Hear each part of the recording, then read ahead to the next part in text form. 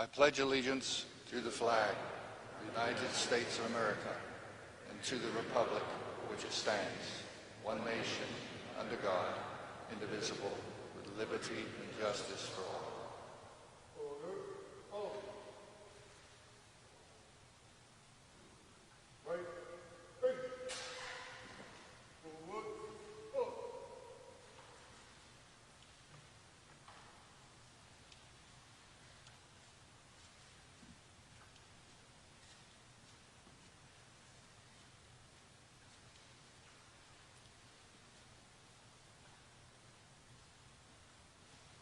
Thank you very much, everyone. Welcome to the spectacular Veer Regional Park, one of 119 parks run by our Brevard County Parks and Rec Department, and we couldn't be more proud to have you with us, joining us today. I'm Giles Malone. I'm the chairman of the Tourism Council here on the Space Coast. On behalf of all my appointees on the Space Coast, we'd like to really welcome you here today. And we're really excited about this upcoming event we're going to announce today. Brevard's Space Coast is such a special place, isn't it? It's where dreams are launched. Myself, I'm an immigrant from England, came here when I was 18, a former soccer player, and sports changed my life. It brought me to America and enabled me to meet my lovely wife, Allison, where we now have 4 children here on the Space Coast. Enabled me to meet my partner, Tom, where we formed our publishing company here. We're a locally owned and operated publishing company called Space Coast Daily. So sports changed my life. And in 1996, when we hosted the Junior Olympic Games, we like to think we changed thousands of lives then. That brings us forward to today. And thanks to Rusty, my good friend, the sheriff, and all of our partners here on the Space Coast, we're going to be announcing a very special event today. And we couldn't be more proud to have you all joining us today. Our chairman of our county commission is a special individual, and as you all know, we've come through an incredible crisis here this year. And the chairman of our county commission, along with our other county commissioners, has enabled Brevard County to get through this crisis in an incredible way and keep us safe here on the Space Coast. Commissioner Brian Lober is the youngest attorney to ever hold the president of the Bar Association here in Brevard County, and he's led our county commission through this incredibly challenging time. I'd like to introduce now County Commissioner and Chairman of the County Commission, Brian Lober.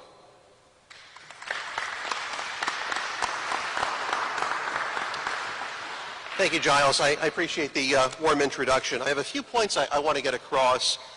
Essentially, my job here is to pep everyone up and build the excitement for Brevard County. Obviously, we offer a huge wealth of opportunities and a great experience for visitors and residents alike. As one of the largest counties in the state by both population and by area. As you all know, and as has been highlighted recently by the manned launch, we're the center of the nation's space program. We're the world's preeminent vertical launch location. We have the facilities here that exist in very few places on Earth, certainly nowhere else on the continent. We have over 70 miles of pristine beaches. We have almost innumerable parks, although I think Giles was able to enumerate them. 119, was it? 119. We're recognized as leaders, not just statewide, but nationally in the handling of the coronavirus crisis, based on cooperation with the Florida Department of Health and with all of the county commissioners providing valuable input on that issue. We have easy access to airports. We're but a few minutes from Orlando International. We have our own airports as well. We have a great relationship with our school board. We have a great relationship as a county with our sheriff. And it's not just the local elected officials with whom we share an excellent relationship. The fact is, we have state-level officials that are instrumental in our achieving the many successes that we continue to achieve.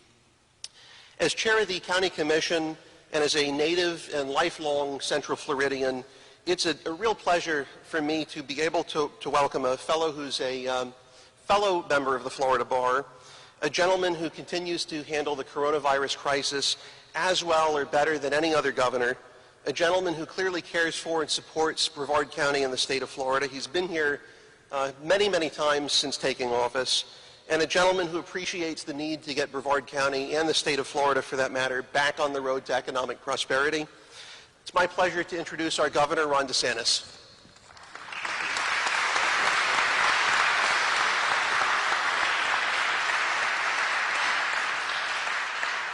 Thank you. I'm really happy to be here. It was wonderful. I see Debbie and I see Bill, some other great faces.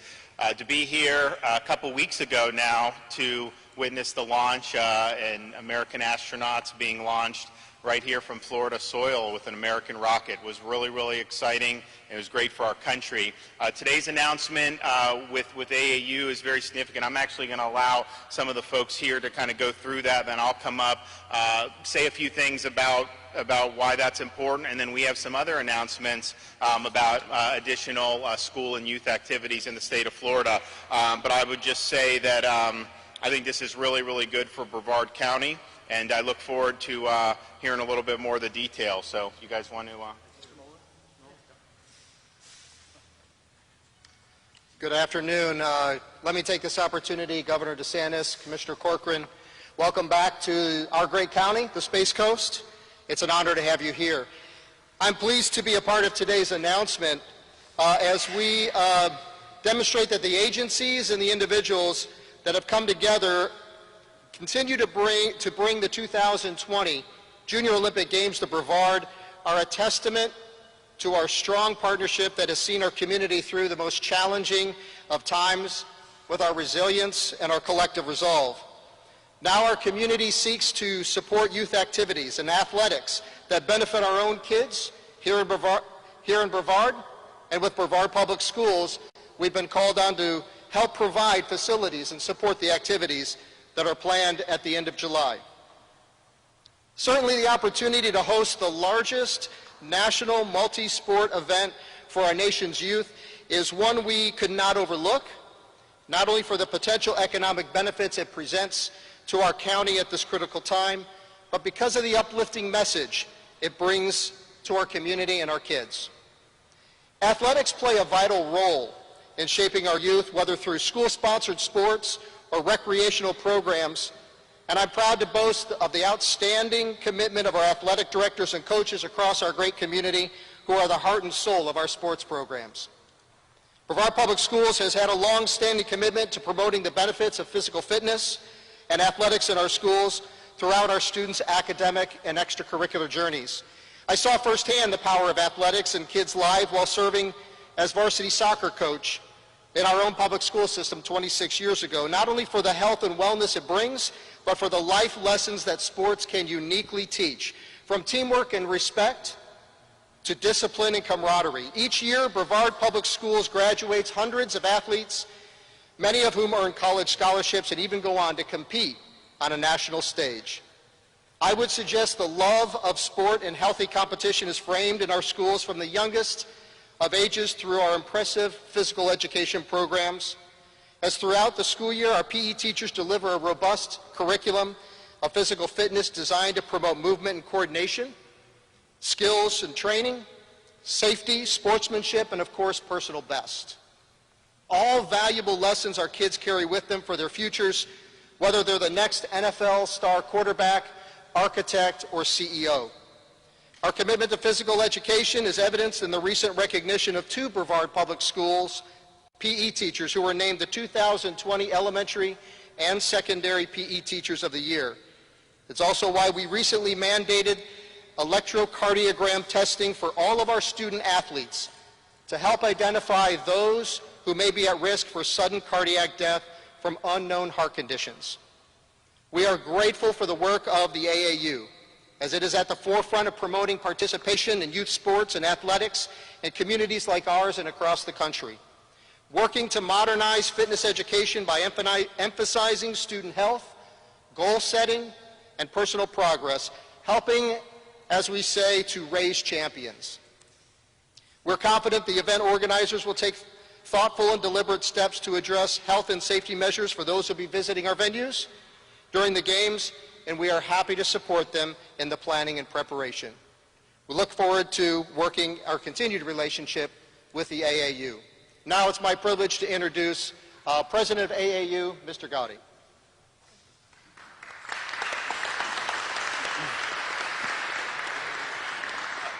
A couple of things. First of all, I spent my 6 weeks over here in Cocoa Beach doing my quarantine because I thought I was smart. I left my house in Orlando because they closed everything down. I thought I'd come over here and stay in a buddy of mine's condo.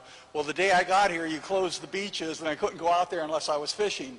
So I went over to Rusty's house, who lives in Cocoa Beach, borrowed a fishing rod, so I got to sit on the beach and fish in the sun. No, never caught anything. But first and foremost, and this I think is extremely important, I got to tell you, you don't know how blessed and fortunate we are to have a governor like this in this state. He's a leader.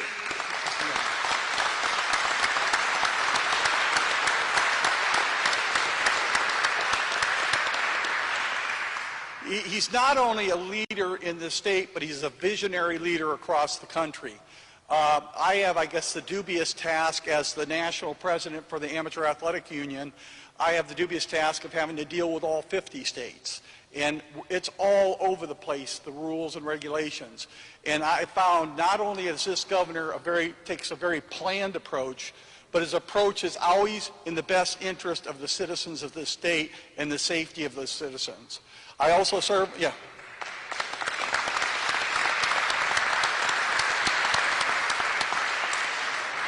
Our headquarters is on Disney property over in Orlando, but we've been around for 130 years. And we've run 41 different sports in 50 states, and we have teams from all over the world come to our events.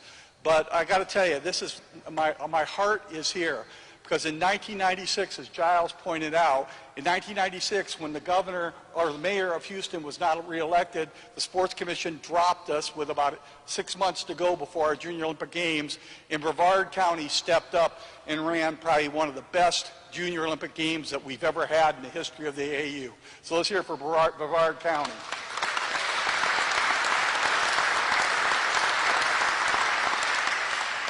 On May 15th, we were notified by where we were supposed to have this year's, the 54th annual Junior Olympic Games in Virginia. We were notified that we couldn't use any of the facilities. Well, it's hard to run games. It's hard to run sports if you don't have facilities, tracks, gyms, and so forth. So first call I made was Rusty Buchanan in Brevard County. I said, Rusty, you did it in 6 months. Can you do it in 3 weeks?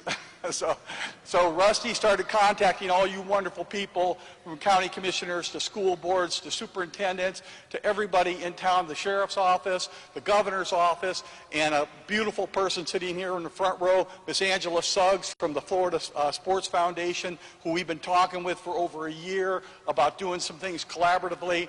And he called me back. He goes, I think we can do it.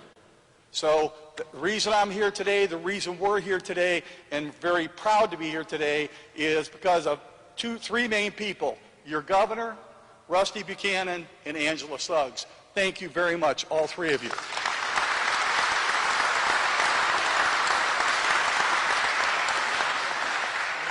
Now, these games are going to look a little different this year, because when you only got 3 weeks to plan, it's going to be different, but it's going to be different in a good way. You've heard the cliche, if you get a lemon, try to make lemonade. Well, we're making lemonade this year because we are going to work with Florida Sports Foundation, Elise and Angela Suggs and her people, and we're going to do jointly the AAU Junior Olympic Games and the Florida Sunshine State Games. So we're going to do that together. So let's hear it for Angela.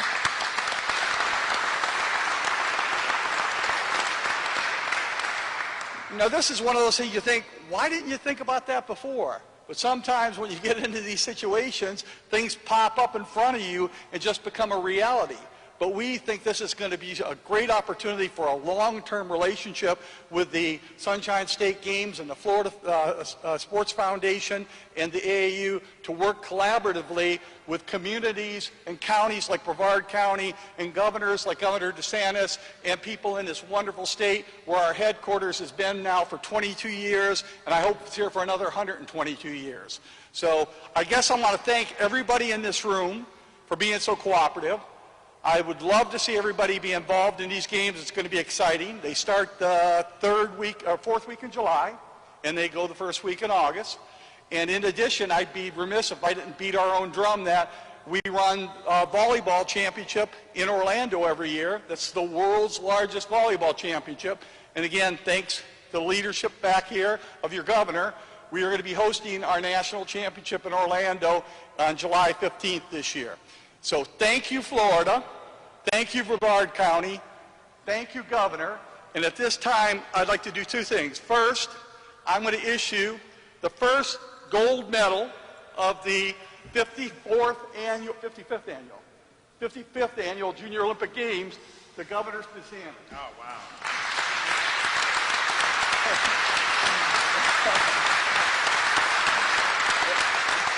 And we'll even give you a hat. So at this point in time, without further ado, and I want to do this too, I want to thank Rusty. What a great guy. What a great guy this guy is. He's our first vice president.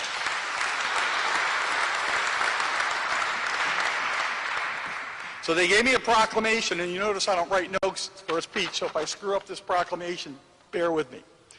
Okay, it is, whereas the Amateur Athletic Union has hosted the AAU Junior Olympic Games since 1967 annually, whereas the Space Coast in Brevard County, Florida has hosted the AAU events for more than 30 years, whereas the Space Coast in Brevard County, Florida has a history of successfully hosting the AAU Junior Olympic Games in the summer of 1994, and whereas the AAU and the Space Coast in Brevard County, Florida have the resources and the ability to provide an unforgettable atmosphere for amateur athletes, coaches, and their families.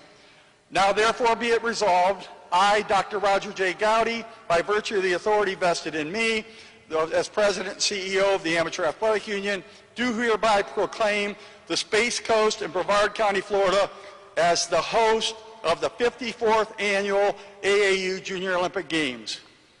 Rusty?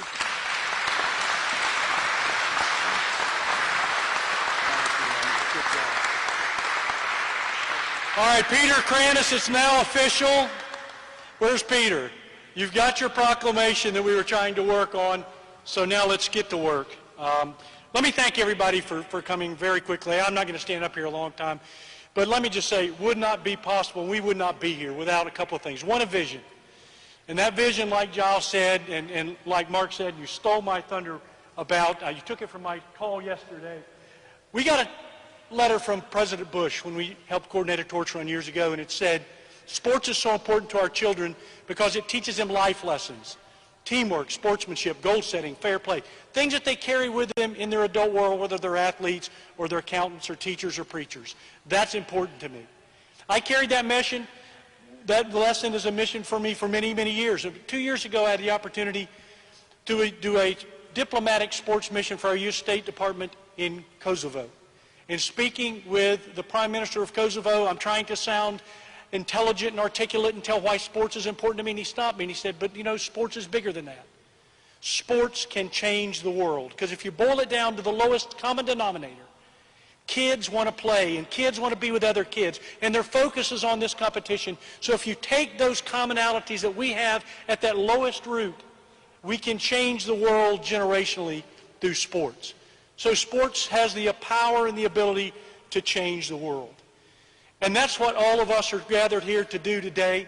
And first, I got to thank Governor DeSantis, and I spoke to him in the hall. I mean this with all sincerity. As a Floridian, as a resident of Brevard, his leadership through this entire pandemic, trying to be safe and to be cautious, but yet to be encouraging and optimistic, and look at how we can safely allow our kids to be able to participate.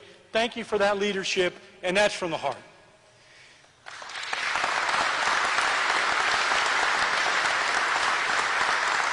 Mark Susan, I don't know where you are, but Mark Susan, he probably snuck out because he's been tasked with so many different things. Mark, we wouldn't be here without you and the leadership that you've provided to the school board and your vision. We got to just put blinders and reins on him, pull him back sometime, but he's a great guy. After this press conference is over, we are going to assemble over in the corner our local organizing committee, so you can see some of the outstanding people that are involved with this project. So if you could just raise your hand so that people around can see who's on our, Mitzi, raise your hand. Let me just point out Olympic bronze medalist Mitzi Kramer. Mitzi back in the back right there. She is coordinating swimming for us. Mitzi is proud. Tom Wasden, I saw Tom over here, past chairman of the floor. We have got an outstanding group of people together. It would not be possible without everybody in this community and all the support from the Board of County Commissioners, from the school board, from the Tourism Development Council, and from my friend. And first I'd like to bring up next our sheriff, Mr. Wayne Ivey. Good afternoon, everybody. And I'm certainly honored to be a part of this and to have our agency be a part of it. Obviously, our team will play a big role in coordinating security and the other things that make this event so successful. But we have an opportunity to participate at another level as well. And I was in attendance at the county commission meeting the other day, and I know we have some of our county commissioners here with us. Kurt Smith is over here. Rita Pritchett, I see Rita in the back. Christina Znardi is over here babysitting Junie. He hasn't left her side, but in attendance at the meeting, they were being asked to support this initiative as well. And one of the things that we needed was some funding to help with resurfacing of our track at the school. And so we had an opportunity to provide $30,000 in forfeiture money to help with the resurfacing of that track. And that is, when I say forfeiture money, that is money that was taken from drug dealers and is being put to great use to help our youth and to help our community. So we're proud to be a part of this, and we're certainly proud, Rusty, to have you guys putting this on. This is a great opportunity for us. So I get the honor of bringing our governor back up to the podium, and I will tell you that I have a chance to work with not only him but his staff, and they are incredible. I've watched them through the last number of months steer us very safely through the COVID-19 pandemic. I've had an opportunity to work with him on many, many things, and the first thing I learned about our governor is he is all business. He is about protecting the state. He stands by law enforcement and public safety in just the utmost form. And he is a great man that I'm not only honored to call a friend, but to be able to call our governor. So please give a big round of applause to Governor Ron DeSantis. Thank you. Thank you so much, Sheriff. Thank you for what you do. Thank you for all your deputies and your department putting themselves in harm's way to keep the community safe. This is exciting to have the AAU Junior Olympic Games. I think it's been since 2000 that Florida's had it in Orlando. But this is the total 6th time we've had it in the last 20 years. We're excited that this opportunity kind of fell into our lap. It's a showcase for the best youth athletes in the country. It's also an event that will come with economic value. It brings the community together and exemplifies the values of commitment, hard work, and leadership. The games bring in approximately $50 million in economic impact to the hosting region usually. And that's something obviously in these times very significant. We will have hundreds of volunteers and you will have record-breaking performances obviously with many talented athletes and many dedicated coaches. Some of these folks who coach were Olympic athletes themselves. In 2019 the Junior Games had 12 Olympic athletes in attendance, either helping run the event or coach. That display of accomplished athletes helping the next generation captures the spirit of our youth sports. So I couldn't be happier for Brevard County and the state of Florida. Given this announcement, which is significant, we also thought it would be a good time to provide an update for folks about things beyond just youth sports involving our youth, particularly our schools. As many of you know, or probably all of you know, the state of Florida moved to distance learning in mid-March in order to combat or at least help combat the spread of COVID-19. Working with the Department of Education, working with the superintendents, we've been able to provide a roadmap to announce the return of our schools to on-campus instruction and to bring long-term improvements to the instructional continuity using the federal funds provided through the CARES Act to make significant investments in our education system. Achievement gaps are expected to significantly widen across the nation due to COVID-19 related school closures and the shift to distance learning. In Florida, we plan to work together to provide tools and strategies to close the achievement gap, although I will commend the department and many of these superintendents here and school districts. Florida, I think, probably fell behind less than other jurisdictions around the country. I think the distance learning was probably one of the most effective in the country. You know, that said, having a teacher there, there's not going to be a substitute for that in-person instruction. But our plan maximizes the funding we got for the CARES Act. We want to best serve Florida students and educators, and we are going to be implementing the following. $64 million will be provided to close achievement gaps that have likely been exacerbated during the pandemic. We need to give teachers, students, and families the tools that elevate best practices needed to make decisions to set up students for success. These funds will provide a 4 to 5 week summer program on school campuses to students from K through 5 who are identified with a substantial deficiency in reading based on assessment and teacher recommendations. The plan also focuses on an intensive effort to improve student reading proficiency. Our goal is to have 90% of students proficient in reading by 2024, and the investments we make this summer and for the upcoming school year will aid us in reaching that goal. Within our plan, we invest $20 million to engage school districts and schools in identifying and adopting the best reading curriculum and supplemental instructional materials to drive teaching and learning from grades K through 3. Curriculum will be vetted by Just Read Florida. Additionally, we will dedicate $15 million to train and develop 2,000 highly effective reading coaches, develop and deploy strategies for in-classroom support with reading coaches, and develop regional support teams to identify and assist students with reading improvement. The plan includes over $223 million for early learning programs. This includes $55 million to provide financial assistance to child care providers that remained open during the crisis with infrastructure, personnel costs, cleaning supplies, and other costs to maintain a safe learning environment.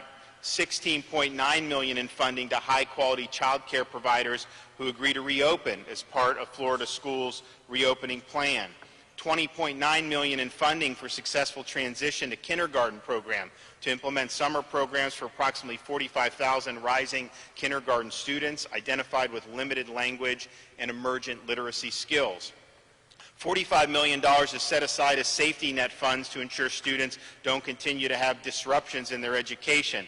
These funds include up to $30 million set aside to protect tax credit scholarships entering the school year, and up to $15 million in financial relief to assist schools that have a majority of public scholarship students to keep those students enrolled so they can continue their education as their parents see fit. This will protect funding for traditional K through 12 schools by preventing large increases in enrollments if students were to lose their current scholarships. Through our plan, we also provide $8 million to allow every public school student graduating in the 2020-2021 academic year to take the ACT or SAT free of charge, and $5 million to expand civic literacy in our schools. Workforce training and job programs are also an important part of our K through 12 system, and we include these important economic recovery programs in our Florida education plan. $35 million will be provided to increase capacity around short-term, in-demand technical certificate programs, market-driven and in-demand clock-hour career certificate programs, and in-demand industry certificate preparation courses at Florida's 28 state colleges and the state's 48 technical colleges. $10.9 million will be provided for career and technical education equipment grants to support K through 12 or post-secondary career courses. This plan also includes assistance and recommendations for our education community and local officials to consider as they plan to reopen schools this summer and fall. At the same time, we believe those are locally driven decisions.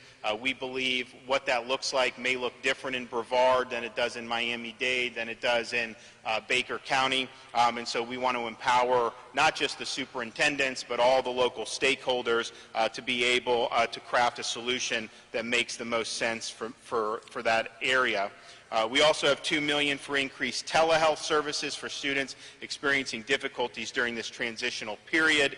And our Division of Emergency Management will be coordinating with school districts across the state to survey school districts on the need for personal protective equipment and sanitation supplies, and to help provide those through coordinated emergency management operations. So we have a great opportunity to get back on good footing. I know our kids have been in difficult circumstances for the past really couple months now. So as we transition into doing things in the summer, what you're starting to see, games like this are very important, and then getting back on our feet in the school year, I think is going to be really, really important for the well-being of our kids. But I also think it's important for a lot of parents who've had to juggle an awful lot over these last couple months. And so I want to thank our Commissioner of Education, Richard Corcoran, for really working hard, getting a lot of input from the superintendents, and coming up with a really solid plan that I think will make a big difference. So I want to invite Richard Corcoran up to say a few words. Thank you. First, we're honored to have with us superintendents from up and down the state. We have Marcus Chambers from Okaloosa County, Sherry Rollerson from Baker County, Mike Thomas from Dixie County, Barbara Jenkins from Orlando, Kurt Browning from Pasco County, Ted Roush from Sewanee, and Mike Grego from Pinellas. All of these folks, including the other superintendents, couldn't make it. Were just instrumental in us putting together this plan, working together, getting feedback from everybody from expert, pediatric, epidemiologist from Shands, from All Children's Hospital in St. Petersburg, looking at all the data, World Health Organization, all of the centers from Asia and Italy and England, and to follow the governor's leadership, as you heard. I think you guys all said it fantastically. No governor has led, in my opinion, better, more wisely, and more efficiently, fact-driven than our governor in the state of Florida. And so we have a safe opening plan. You know, we're going to be smart, we're going to be safe, we're going to take it step by step. We're doing the exact same thing with the schools. The message should be loud and clear. We are saying, with a strong recommendation to our great superintendents that we work with, we want schools fully open in the fall, because there is no better way to educate our kids than have that great teacher in front of that child. We also know that they are not at a low risk, they are at an extremely low risk, not only of contracting it, but even spreading it. All of that data is in. And so we're saying, let's get what we do know is not having that world-class education with that teacher in front of that child. There is real, significant, long-term harm that you can't recover. And so we're saying, open up the schools, let's get the best educational environment, let's keep everybody safe in our educational community, and now attack, like no other state has before, the achievement gap. If we lose students anywhere in this country around third grade, that's basically almost 100% of your dropouts. It's almost 85% of your interactions with the juvenile justice system. And so we have got to get in there, grab hold of these kids and end the achievement gap and get to a 90% literacy rate. No other state will come close to that. And so you heard what the governor said. All of this money is we're going to start all the way in pre-K. We're going to grab hold of these kids. We're going to make sure that we have the greatest reading literacy curriculum, greatest reading literacy professional development for our teachers, strategically learn every aspect of those children and surgically go in there and assure that they become level 3 readers in third grade. And when we do that, it will not only just enrich these children's lives, it'll change our state and it'll change our nation. Everything that flows from that, more kids graduating, more kids getting degrees, more kids getting credentialed, more kids out there in the job force, more kids paying taxes, all of that will change our society. And so hats off to Governor DeSantis. I think going after the achievement gap in the way he is a game changer. I encourage the other 49 states to not only follow his lead on how you handle this crisis, but in attacking the achievement gap. And I want you guys to hear, we have Superintendent Grego. I want you to hear from him, and we also have President Greg Hale from Broward. The credentialing, we literally have over 100 credentials now that we'll be funding through this governor's money that gets in 20 weeks, quick, valuable, high wage, high skill credentialing and something they can build on top of that, which gets us all the way back to the governor's one of his earliest executive orders.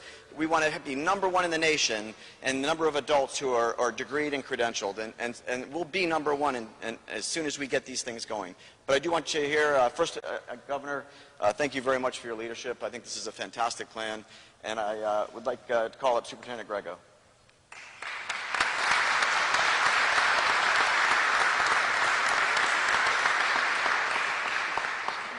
certainly thank you, and let me add my thanks to Governor DeSantis and Commissioner Corcoran for laying out such a comprehensive plan and also including the Florida Association of School Superintendents in the development of that plan.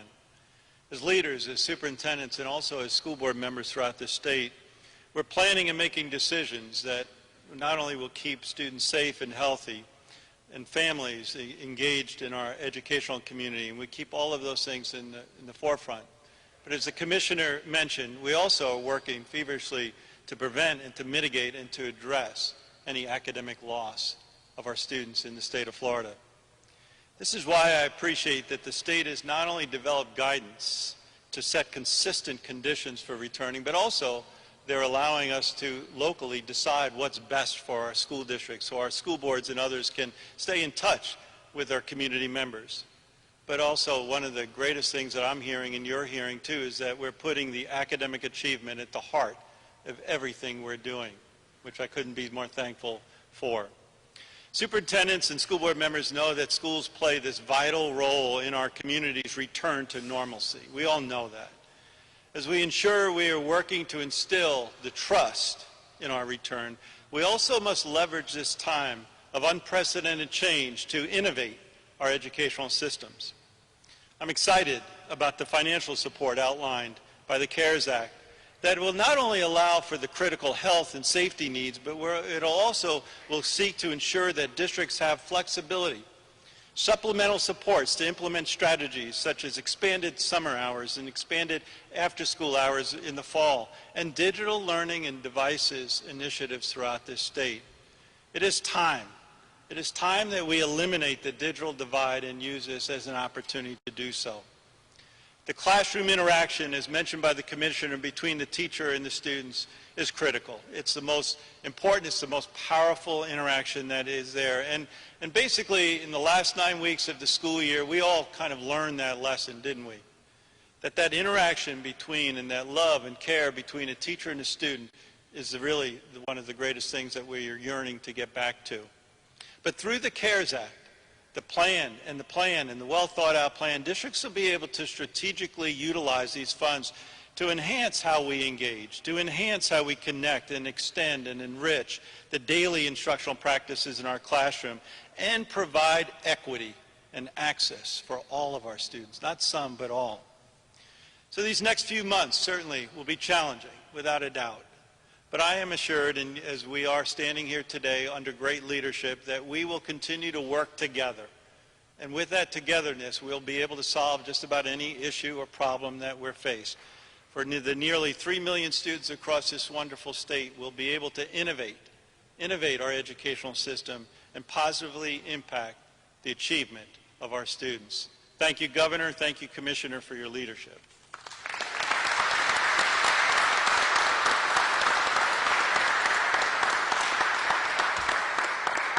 And next I'll call up President Greg Hale. Before I do, I also recognize Senator Tom Wright and Representative Randy Fine, who also are great legislative leaders in helping us with all of our educational policy, in addition to Senator Mayfield. So thank you guys for coming. But with that, President Greg Hale.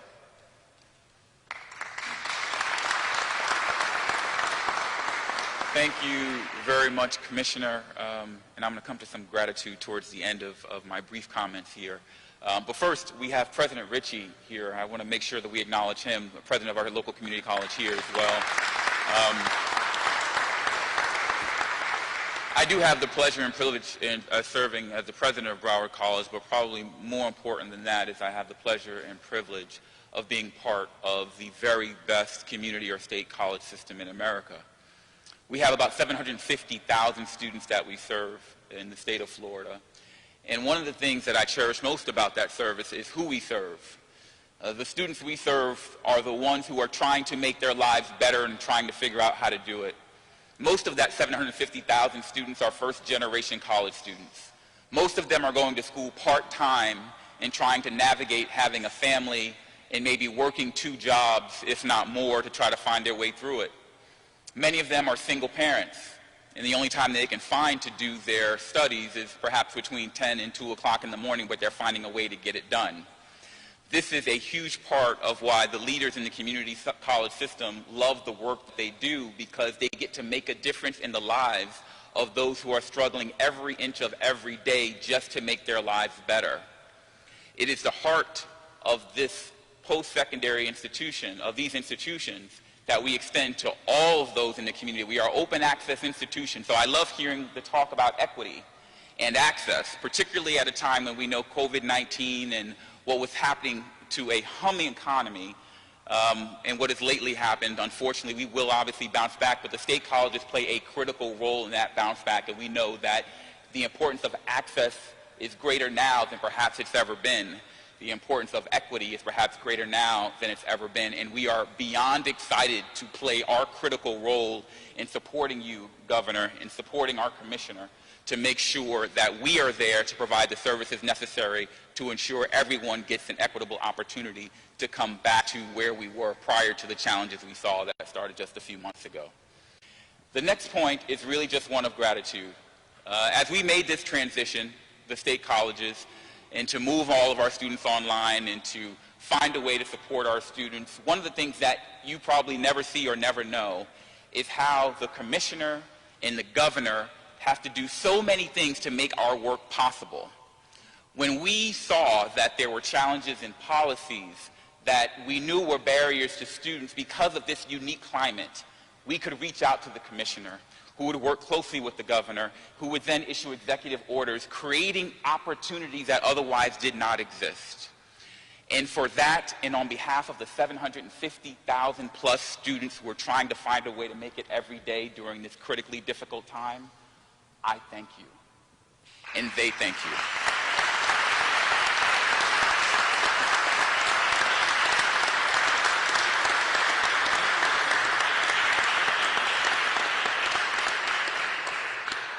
Well, I want to thank everyone who's spoke, both from the AAU and for the K-12, and then President Hale with state colleges. This is exciting to be able to see something like this back in Brevard County, nice event, and then it's also exciting that we're going to have an opportunity to really attack this achievement gap going forward for our kids, really able to provide some good funding for our school districts, and then obviously the credentialing with our state colleges has been a very big priority for us to begin with, but now when you have an upheaval like this, I think it's all the more important. So we're really, really fortunate to have a lot of great people involved in our education system here in the state of Florida, so I just want to thank them, and I look forward to coming for the games. You know, that gold medal's nice, but I don't know that I would be able to compete in the 100-yard dash anymore, but it's still good. And so we look forward to being back in Brevard County for this and many other good events in the very near future. And I think we'll maybe do something off to the side with some of the folks. But thanks for everyone who turned out today. We really, really appreciate it. And Brevard, keep doing what you're doing. You're doing a lot of great stuff. One of the most exciting places, I think, anywhere in the country when you look at all the great things that are going on here. So thank you, guys.